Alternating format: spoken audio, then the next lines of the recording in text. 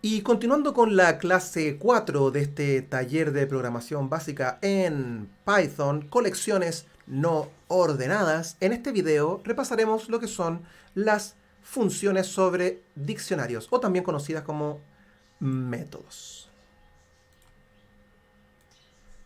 Entonces nos vamos a nuestro idle y en él tendremos ya guardado nuestro diccionario de la clase pasada. Yo le hice unos pequeños cambios, ¿cierto? Le puse la primera letra en minúscula, porque por lo general las claves se trabajan completamente en minúscula. Si ustedes la quieren seguir trabajando como estaba en el video pasado, pueden hacerlo. Pero recordar que siempre tienen que llamarla a la clave de la misma manera, ¿cierto? Si es un string, de la misma manera en la cual la crearon. Si es con mayúscula, si es con minúscula, minúscula. Entonces, como lo había comentado, ya vimos más o menos en el video pasado cómo es la estructura de un diccionario, ¿cierto? Y hoy revisaremos un poco algunos métodos que hay sobre él. Entonces, metamos Enter, tenemos nuestro diccionario ya construido y partiremos con el primer método conocido de los diccionarios, ¿cierto? Recuerden que los métodos son funciones que pueden trabajarse sobre estos tipos de datos. Algunas son construidas exclusivamente para este tipo. Por ejemplo,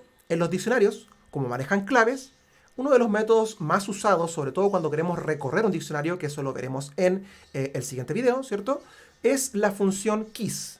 La función keys lo que nos permite es justamente entregar una lista con las claves que maneja el diccionario. Entonces, como recordamos de clases anteriores, para poder manejar métodos debemos utilizar la siguiente sintaxis. El nombre, ¿cierto?, de nuestra colección o de la variable en la cual queremos trabajar, y seguido por un punto y luego el nombre del método o la función que queremos usar. En este caso, keys, ¿cierto? Como keys es un método, ponemos doble paréntesis y apretamos Enter y nos devuelve justamente una lista con solamente las claves de nuestro diccionario.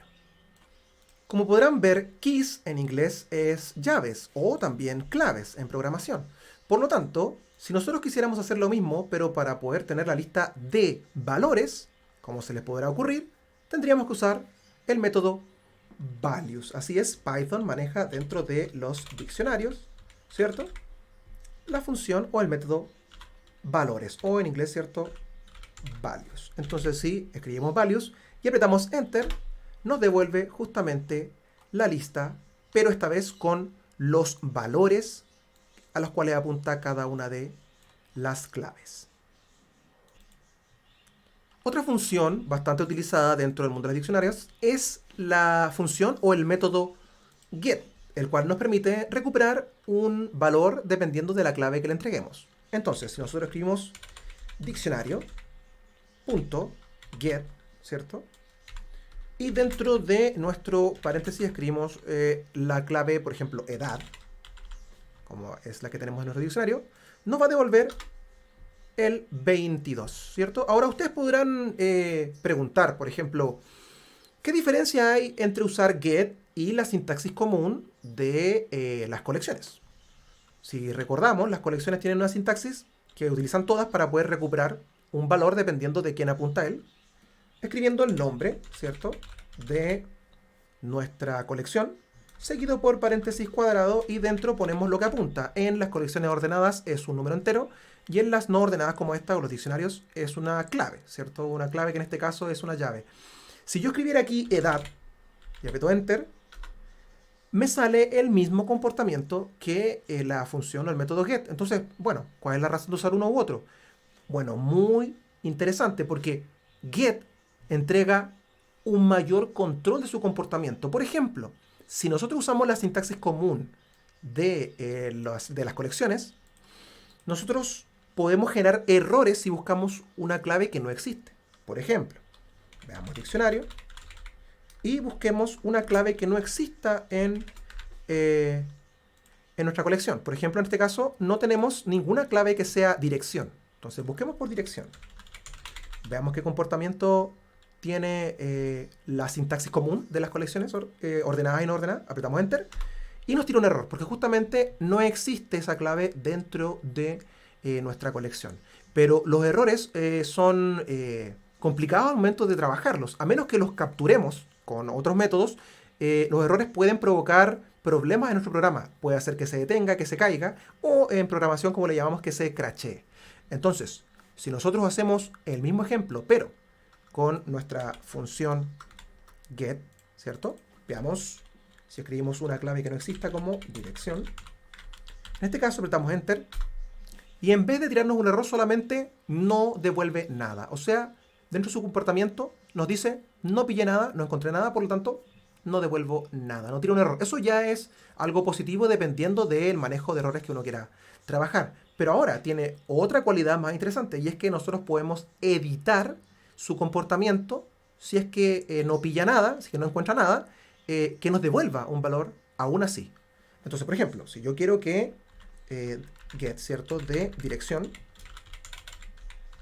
quiero que al momento de que no encuentre una clave, no se quede sin hacer nada, sino que me devuelva de todas maneras algo. En este caso me va a devolver un string que va a decir no existe, ¿cierto? O no la encontré, podría haber puesto. Entonces si aprieto Enter, podemos ver que me devuelve string no existe. En este caso, get, podemos apreciar que es un poco más refinado que solamente usar la sintaxis de búsqueda dentro de las colecciones comunes, ¿cierto? Como lo hacíamos con los paréntesis cuadrado. Con get podemos trabajar un poquito más en detalle, ¿cierto?, el comportamiento de nuestra búsqueda.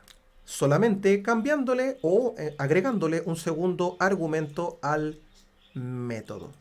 Otra función bastante conocida dentro de los diccionarios es el método setDefault, el cual, a diferencia de get, con el cual obtenemos, ¿cierto?, un valor, setDefault nos permite ingresar un valor dentro de diccionario. Entonces, escribimos diccionario.setDefault y en él escribiremos nuestro par clave valor. Entonces, ¿qué anotaremos? Anotaremos en él, por ejemplo, dirección, lo haremos sin acento, y en este caso solo agregaremos la clave. Apretaremos Enter y no nos tiró ningún error. ¿Por qué, preguntarán ustedes? Si los diccionarios solo se manejan por par clave de valor. Y es que la función o método setDefault, ¿cierto?, nos permite agregar claves y si no entregamos un valor, nos las ingresa o las crea con un valor por defecto. Y el valor por defecto en este caso es known. Entonces, si escribimos diccionario y apretamos Enter, nos mostrará los par clave valor que tenemos hasta ahora asignados en el diccionario y nos muestra en el último el nuevo par clave valor que creamos con la clave dirección y el valor known o también pronunciado como none.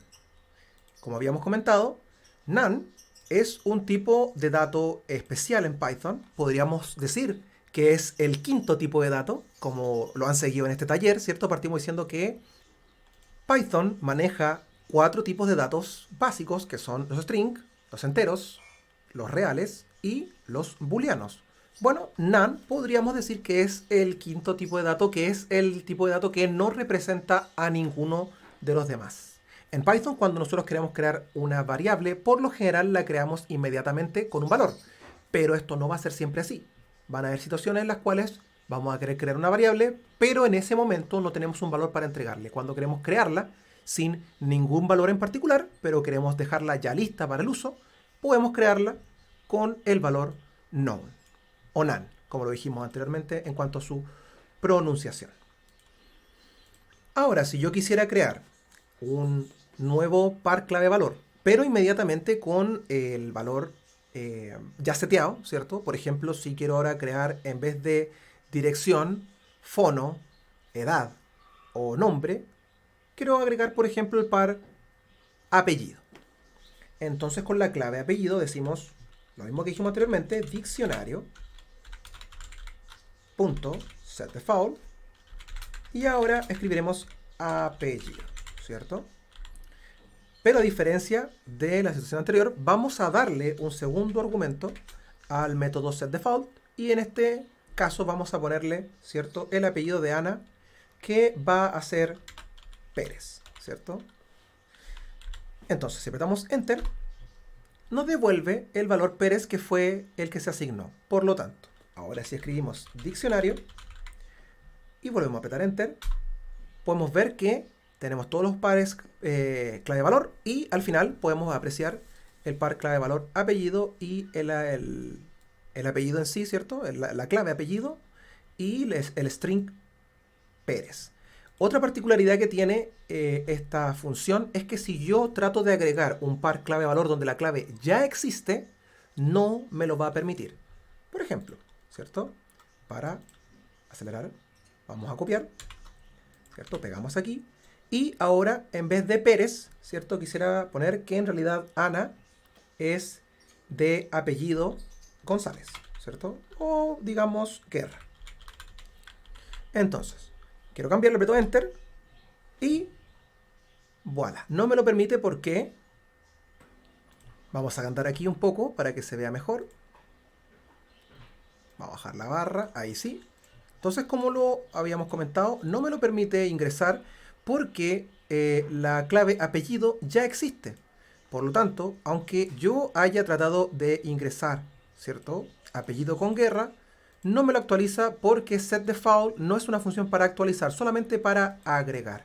Entonces así, con esta función, me ahorro errores, ¿cierto? Si solamente quisiera agregar una nueva clave, pero no actualizar claves que ya existan. Por último, pero no menor, otro método también utilizado y conocido dentro de los diccionarios es el método items. Si escribimos diccionario, ¿cierto? Y ponemos items, le damos enter, y lo que nos devuelve es una lista de tuplas con los pares clave-valor, que están listas para poder ser recorridas dependiendo si lo necesitamos en este formato. Con esto finalizamos algunas de las funciones o métodos conocidas o utilizadas dentro del diccionario. Hay muchas más que ustedes pueden revisar, ¿cierto? Para poder trabajar quizás en detalle funcionalidades distintas. En el siguiente video revisaremos o haremos algunos ejercicios sobre estos diccionarios. Nos vemos.